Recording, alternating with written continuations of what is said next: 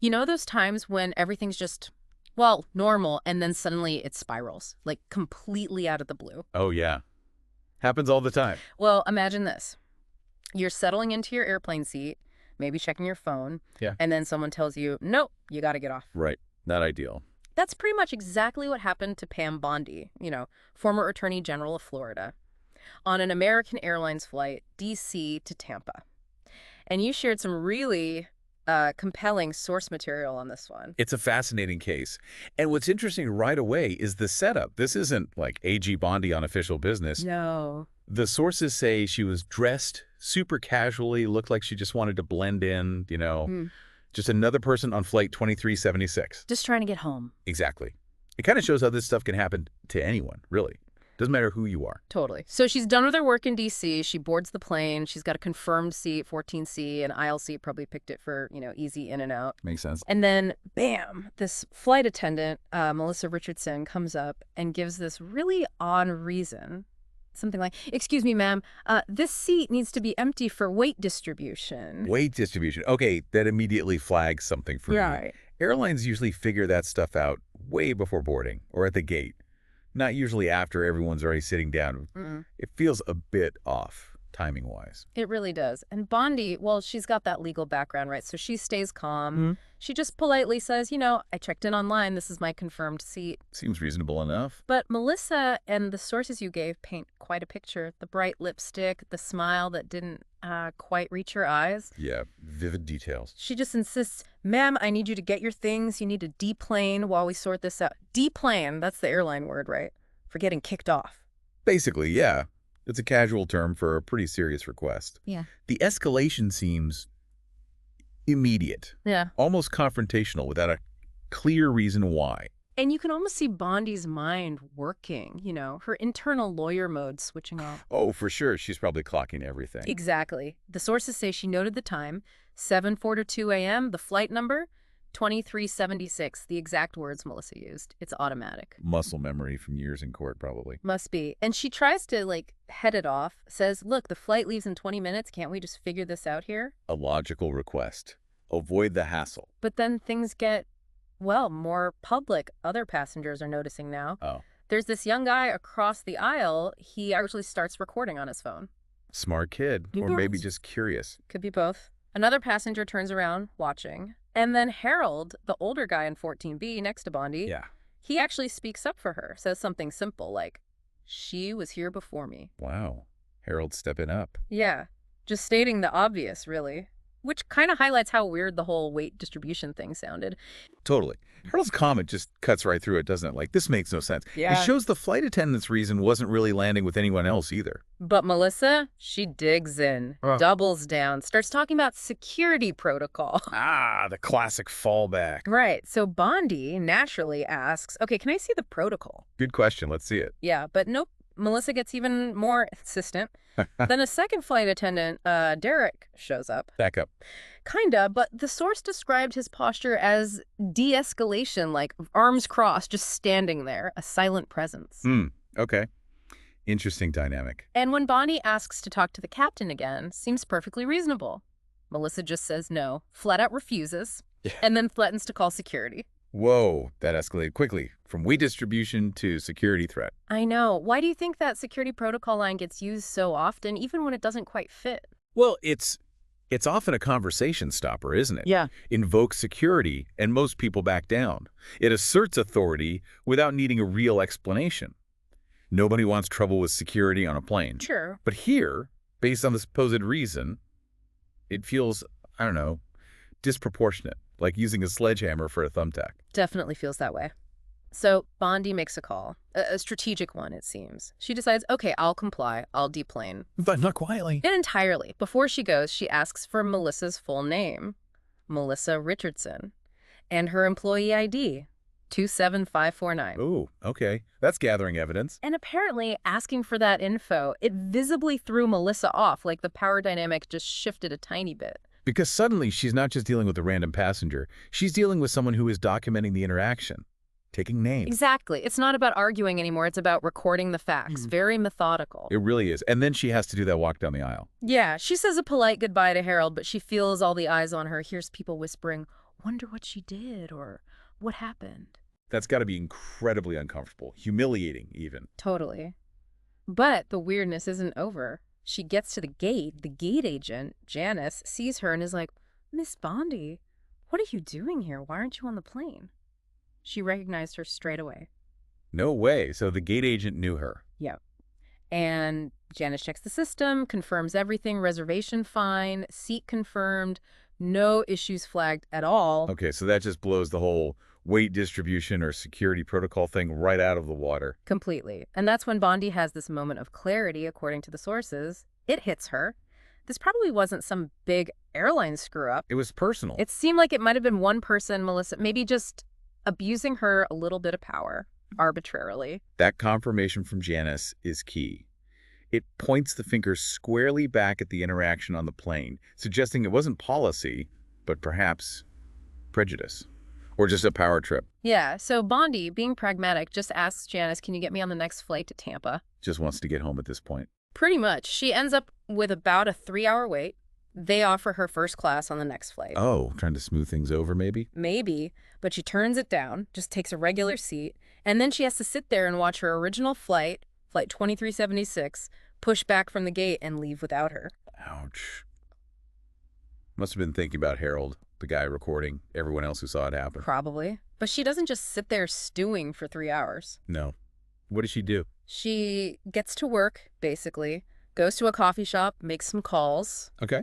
Like who? Her attorney, a guy named Martin Goldstein, and also a journalist friend, Sarah Chen, at the Tampa Bay Times. Ah, laying the groundwork. Seems like it. Just letting them know what went down. Not necessarily saying, let's sue, right then, but planting the seeds. Wow. Documenting. Smart. Using the time productively. Yeah. Not just reacting emotionally, but thinking ahead, strategically. And the sources mention she's looking around the airport at all the ordinary travelers and thinking, how many people does this happen to? Yeah. People who don't have a lawyer friend or a journalist contact. People who wouldn't know what to do or wouldn't have the resources to fight back. That's a powerful thought.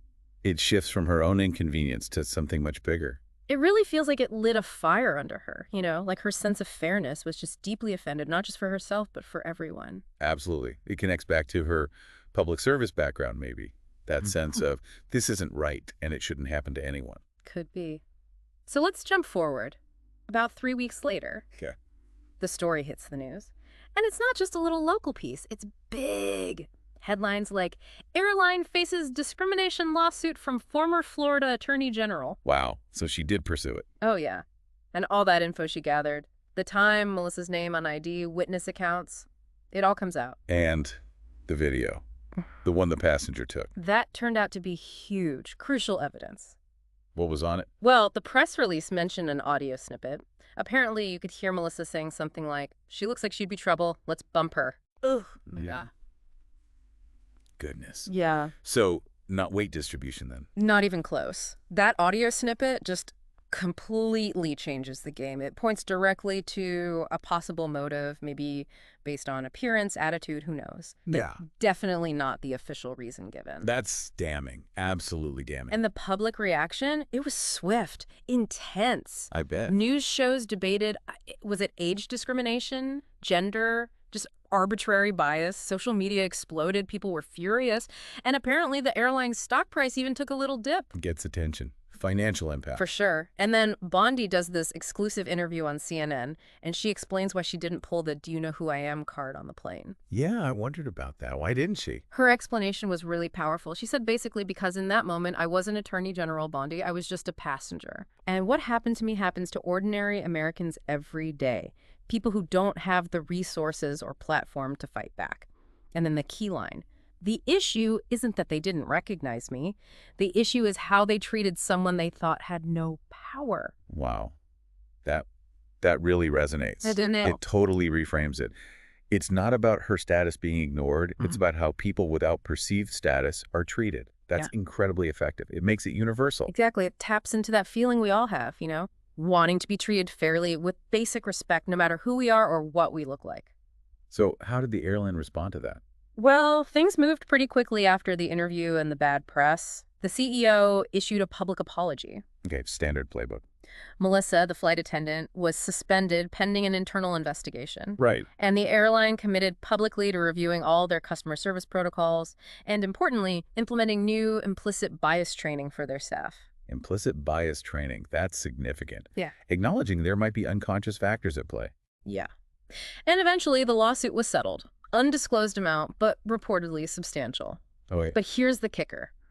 Bondi takes the entire settlement amount Yeah. and donates every penny to a consumer rights advocacy group. Seriously. The whole thing. The whole thing. Okay, that sends a message that really says this wasn't about the money for me. Right. It backs up her whole stance. It was about the principle, about making sure others have support when they face similar stuff. That's impressive. It suggests her motivation really was about systemic change, not personal compensation. And apparently, it even led to a call from the airline's chief counsel later on, Oh, yeah. What about? acknowledging that her actions pushing this issue had actually led to real positive changes, saying the new training programs are having a good effect. So actual impact within the airlife itself, that's something. It is, and the story doesn't quite end there. There's a final scene, almost. Bondi's giving a keynote speech later at a conference for women in law, and she uses this quote. It's pretty powerful. Never judge someone by how they look. They might be the one who brings you down, but more importantly, they might be the one who lifts you up if only you'd given them the respect they deserved in the first place. That's a great quote. Hits the nail on the head after everything she went through. But here's the really striking part. According to the source material, Melissa, the former flight attendant, Yeah? she was in the audience for that speech. Get out. Yeah. And apparently, there was some kind of acknowledgement between them. Not hostile, just acknowledgement. Wow. That adds a whole other layer, doesn't it? A human dimension, Yeah. possibility of, I don't know, closure, learning. Maybe. It suggests the story continued beyond the headlines and the settlement. A hint of reconciliation, perhaps. Fascinating detail. Really makes you think. So, wrapping this up, for everyone listening, what do we take away from this whole deep dive into Pam Bondi's unexpected travel day? Well, it really seems like a small incident, right? Getting asked to leave a plane.